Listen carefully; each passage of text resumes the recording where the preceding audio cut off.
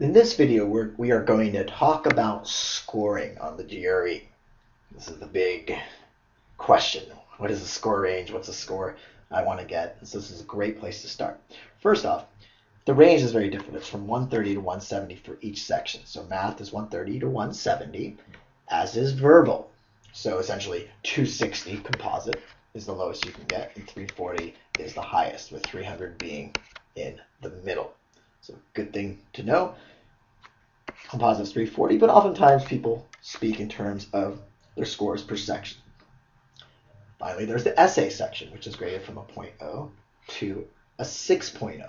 So again, quite a range. You definitely don't want to get a 0. 6.0 is something that's very difficult to achieve. Only the top 2 or 3% of test takers are able to do so. So definitely quite a summit to aim for.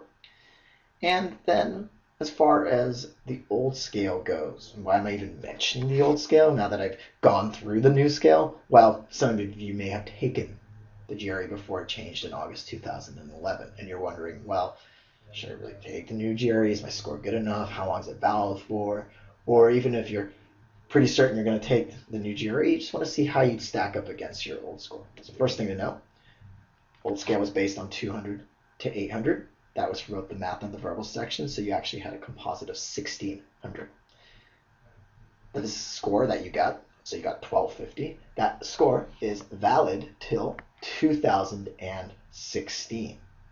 So if you go back there and you say, well, I got my 1250, again, 200 to 800 for both math and verbal, you want to think to yourself, or you want to see how good is that score? What do I need to get on the new GRE? Well, great place to find out that information is at the ETS site. So I highly encourage you to go there just to see how you did on the old test and what you need to do, what score you need to achieve on the new GRE.